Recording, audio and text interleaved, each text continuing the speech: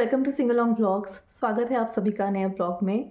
और आज है चिल्ड्रंस डे 14 नवंबर।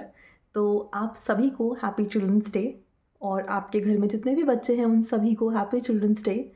और मुझे ऐसा लगता है कि चिल्ड्रंस डे सिर्फ छोटे बच्चों के लिए नहीं होता है, वो हर एक इंसान के लिए होता है, क्योंकि हर एक इंसान के अंदर एक छोटा सा बच्चा ज़रूर होता है। And we should always make that child be alive and make that child stay alive. Okay, एक छोटा सा बच्चा हम सबके अंदर है और उसको हमेशा ज़िंदा रखिए, क्योंकि वो आपको जीने के लिए हमेशा मोटिवेट करता है, और उसी से आपकी जो पर्सनालिटी है वो डिफाइन होती है। So happy children's day to everybody. And children's day के इस मौके पे हमने एक स्पेशल व्लॉग बनाया जो कि डेडिकेट किया हमने जवाहरलाल नेहरू को। जैसे कि आप सभी जानते हैं 14 नवंबर जवाहरलाल नेहरू जी का जन्मदिन होता है। तो उसके उपलक्ष्य में हम लोगों ने प्रधानमंत्री संग्रहालय देखा। जिन लोगों को प्रधानमंत्री संग्रहालय के बारे में नहीं पता है उनको मैं बता दूं, ये दिल्ली में स्थित है। और दिल्ली में शायद 3 मूर्ति भवन जो है वहाँ पर प्रधानमंत्री संग्रहालय है, प्राइम मिनिस्टर्स संग्रहालय, प्राइम मिनिस्टर म्यूज़ियम भी इसे कहते हैं। जवाहरलाल नेहरू जी का घर हुआ करता था वो, जहाँ पर जवाहरलाल नेहरू जी की लाइफ बीती है।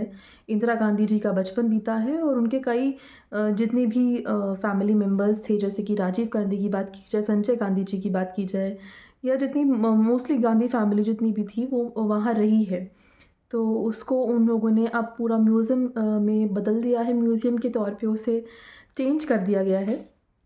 तो वो हमने घूमा और थोड़ा समझने की कोशिश की कि हिस्ट्री हमारे प्राइम मिनिस्टर्स के बारे में, हमारे first prime minister of India के बारे में, जिनको हम चाचा नेहरू के नाम से जानते थे, उसके बारे में क्या कहती है, what all he has attained in his life, and what is so fascinating about that place, जो मैं आपको कहूँगी कि आप जाके देखिएगा तो आपको पता चलेगा। बाकी बने रहिए इस व्लॉग में, आपको पता चलेगा कि हम लोगों ने प्रधानमंत्री संग्रहालय में क्या क्या घूमा, और उसके अलावा भी हमने एक जगह घूमी थी।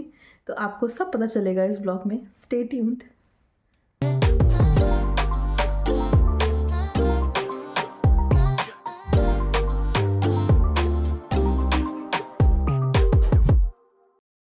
नवंबर का महीना सच में बहुत ही ख़ास होता है, चाहे वो घूमने फिरने की बात की जाए, खाने पीने की बात की जाए।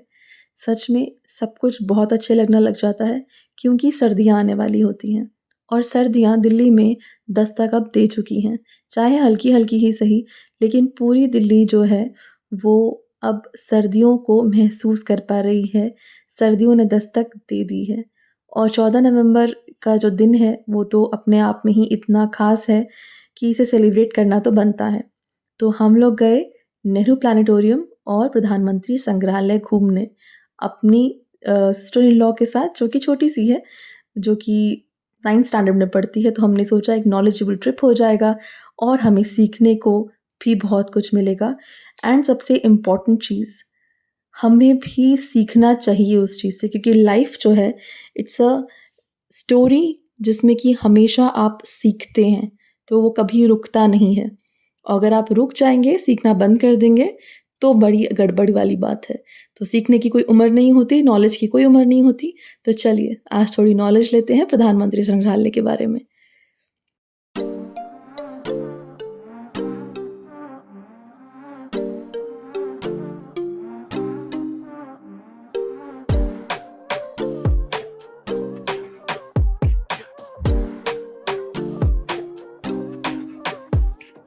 ये दोबारा बोलना, हमें हमेशा अपना मूड अच्छा रखना चाहिए। Yes. चाहे हमारे ऊपर कोई गोबर फेंक जाए। हाँ, चाहे वहाँ पर कोई गोबर फेंक जाए, just keep smiling. According to my brother. ये तो भैया अपनी सोच से कोई क्या। तो इसको ये अच्छा, मैं हमेशा हंसता रहता हूँ, चाहे मुझे कोई डांटे चाहे कुछ करे, लोग कहते हैं पागल है भाई। अब बताओ आप कौन कर। और ये हम लोग गाड़ी में मस्ती करते हुए जा रहे थे, ऐसे ही फ़न करते हुए जा रहे थे, और मेरे हस्बैंड जो हैं मेरी सिस्टर इन लॉ को कुछ थोड़ी ज्ञान की बातें बता रहे थे। तो वो ज्ञान की बातें करते-करते बहुत फ़नी साइड में हम लोग चले गए। तो ऐसे ही मस्ती करते-करते अपना ट्रिप एन्जॉय करना चाहिए सबको, तो हम भी कर रहे हैं। और ये हम लोग पहुँच गए प्रधानमंत्री संग्रहालय। ये जो आप देख रहे हैं यही प्रधानमंत्री संग्रहालय है, और यहीं पे आगे जाके अब आपको दिखेगा नेहरू प्लानिटोरियम। तो अगर नेहरू प्लानिटोरियम आप लोग जा रहे हैं तो प्रधानमंत्री संग्रहालय आप ज़रूर घूमिएगा, या प्रधानमंत्री संग्रहालय जा रहे हैं तो नेहरू प्लानिटोरियम ज़रूर घूमिएगा, क्योंकि ये दोनों ही चीज़ें बहुत ही आसपास बनी हुई हैं। तो बिल्कुल एक पंथ दो काज वाला काम हो जाता है यहाँ पे, और दोनों ही चीज़ें बहुत ही नॉलेजेबल और बहुत ही अमेजिंग हैं। हमने पहले नेहरू प्लानिटोरियम घूमा, वहाँ पे हमने देखा 3D शो जो कि यूनिवर्स के बारे में डॉक्यूमेंट्री शो करते हैं, सोलर सिस्टम के बारे में करते हैं, and it was really amazing. ये वर्थ वॉचिंग है, बहुत ही वर्थ। आपके मेरे ख्याल से शायद 45 या 50 कुछ इस तरह का 50 मिनट का 55 मिनट का शो होता है पूरा 3D। अंदर कैमराज अलाउड नहीं होते इसलिए हमने कैप्चर नहीं किया, बट हमने 3D में देखा। 2D में मैंने ऑलरेडी देख चुकी हूँ, 2D में मैंने 2-3 बार देखा है डॉक्यूमेंट्री, बट 3D में तो एक अलग ही एक्सपीरियंस है, बहुत ही अच्छा है। और ज़रूर अपने बच्चों को लेके जाइएगा, खुद भी देखिएगा। और अगर आपको यूनिवर्स के बारे में एक्सप्लोर करना, सोलर सिस्टम के बारे में पढ़ना अच्छा लगता है, then it is a must watch and very entertaining.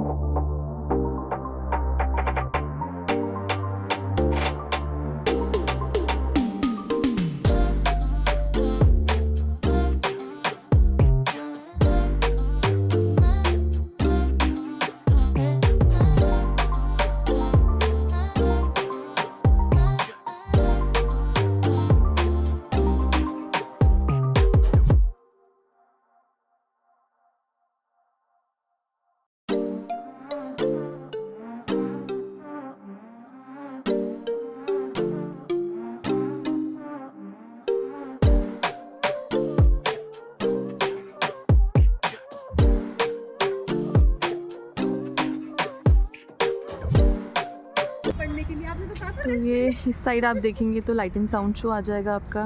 प्रधानमंत्री संग्रहालय भी इसी साइड पड़ता है। ये जो आप सामने देख रहे हैं ये प्रधानमंत्री संग्रहालय है, और बहुत ही सुंदर बनाया हुआ है, बहुत ही ज़्यादा नीट एंड क्लीन और काफ़ी पीसफुल। और ये ऊपर कुछ किला टाइप भी बना हुआ है, बट इसका मुझे कोई आइडिया नहीं है क्या है, बट ये काफ़ी मतलब खंडर टाइप ही हो गया अब। बट हाँ, कैंपस जो है नेहरू प्लानिटोरियम का वो बहुत ही सुंदर और बहुत वेल मेंटेन्ड कैंपस है। और ये जो आपको बोर्ड दिख रहा है ये टिकट काउंटर था प्रधानमंत्री संग्रहालय के लिए। यहाँ से आपको प्रधानमंत्री संग्रहालय घूमने के लिए टिकट्स मिल जाएंगे, जो कि बहुत ही नॉमिनल रेट है। 50 रुपये की टिकट्स आपको मिल जाएंगी, पर पर्सन का रेट है। और अगर आपको नेहरू प्लानिटोरियम की टिकट्स चाहिए तो वो आपको आगे की साइड से मिलेंगी, जो नेहरू प्लानिटोरियम का आगे का साइड होता है, फ्रंट गेट जो है वहीं पे ही जस्ट एंटर करते ही नेहरू प्लानिटोरियम का टिकट काउंटर बना हुआ है। तो उसकी जो टिकट्स हमें मिली थी 3D शो की, वो 200 रुपये की 200 रुपीज़ की एक टिकट थी 3D शो के लिए, और आपका प्रधानमंत्री संग्रहालय के लिए 50 रुपीज़ की।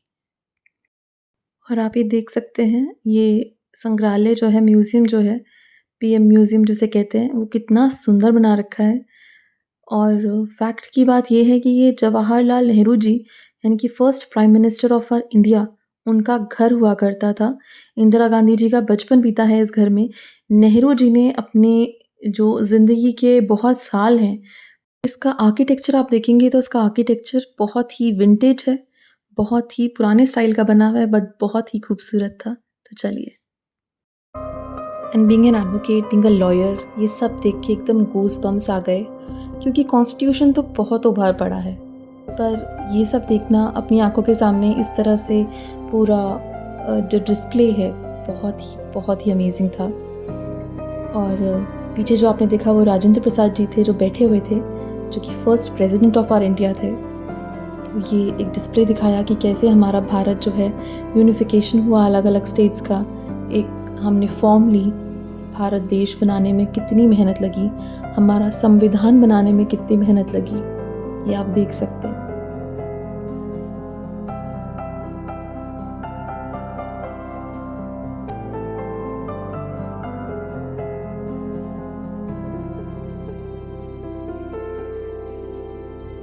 और इतना डिजिटली, इतना ब्यूटीफुली ये डिस्प्ले कर रखा है, एकदम पूरा फुल स्टाइल से डिस्प्ले जो है डिजिटल है इसका, तो बहुत ही अमेजिंग था।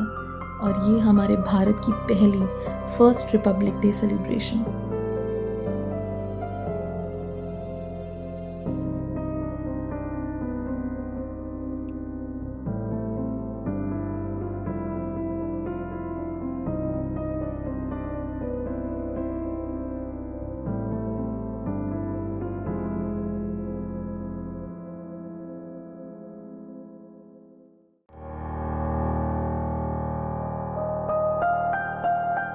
और ये हमारा प्रियम्बल ऑफ इंडिया, जो कि हर भारतीय को मुँह ज़बानी याद होना चाहिए, मैं तो ये कहती हूँ। और जितने भी लॉयर्स हैं और एडवोकेट्स हैं वो तो मेरे से एग्री करेंगे ही कि एक अच्छे लॉयर को ये पूरा मुँह ज़बानी याद होता है।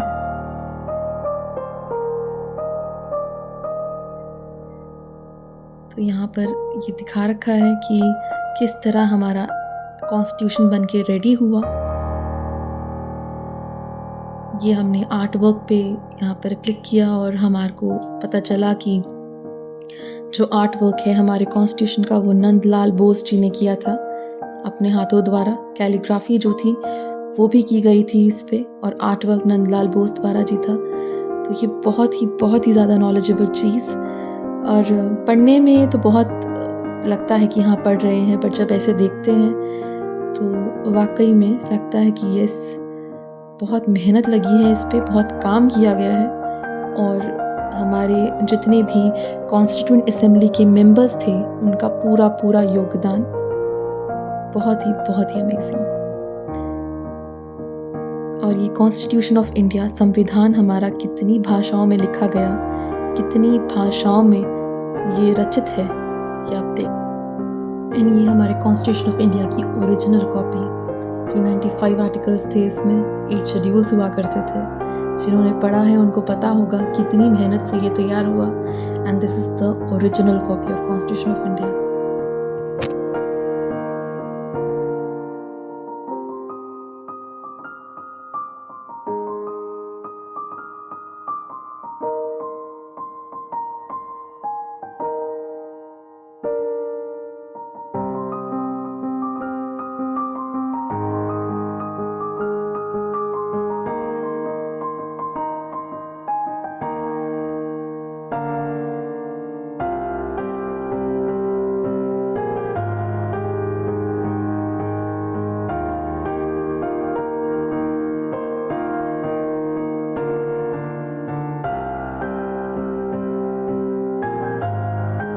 और ये हमारा फेमस 42nd अमेंडमेंट एक्ट, इसको मिनी कॉन्स्टिट्यूशन भी कहते हैं। सबसे ज़्यादा अमेंडमेंट्स हुए हैं अब तक इसमें, और कितना सुंदर बना रखा है ये।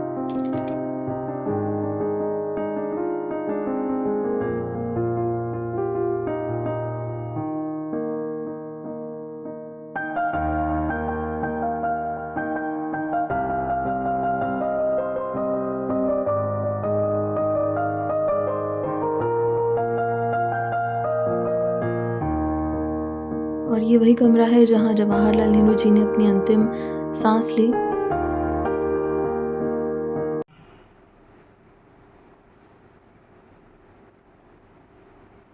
18 जुलाई को ब्रिटिश संसद और सम्राट द्वारा अनुमोदित और 14-15 अगस्त 1947 को लागू किए गए इस अधिनियम ने बंगाल और पंजाब के प्रांतों को 2 नए देशों के बीच विभाजित किया। भारत और पाकिस्तान में गवर्नर जनरल के कार्यालय को ब्रिटिश सरकार के प्रतिनिधियों के रूप में स्थापित किया गया और 15 अगस्त 1947 से रियासतों पर ब्रिटिश आधिपत्य को समाप्त कर दिया गया। रियासतें भारत या पाकिस्तान में शामिल होने का निर्णय ले सकती थी। 14 और 15 अगस्त 1947 की मध्य रात्रि को संसद के केंद्रीय कक्ष में पंडित जवाहरलाल नेहरू ने ऐतिहासिक भाषण नियति से साक्षात्कार में स्वतंत्र भारत के जन्म की घोषणा की। बहुत वर्ष हुए हमने भाग्य से एक सौदा किया था और अब अपनी प्रतिज्ञा पूरी करने का समय आया है। पूरी तौर पर या जितनी चाहिए उतनी तो नहीं, लेकिन काफी हद तक। जब आधी रात के घंटे बजेंगे, जबकि सारी दुनिया सोती होगी, उस समय भारत जगकर जीवन और स्वतंत्रता प्राप्त करेगा।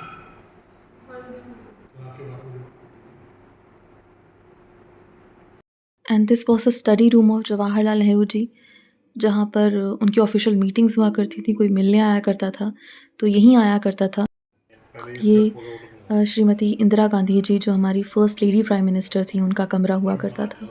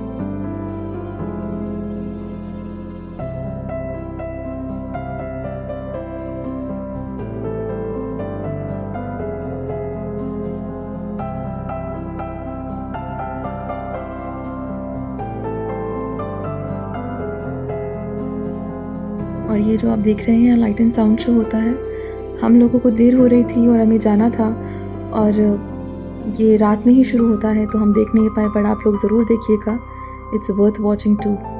तो कुछ ऐसे एक्सप्लेन किया हमने 14 नवंबर का दिन, जो कि पूरा हमने डेडिकेट किया प्रधानमंत्री संग्रहालय को, जवाहरलाल नेहरू जी की लाइफ को। तो happy children's day to everybody and stay tuned.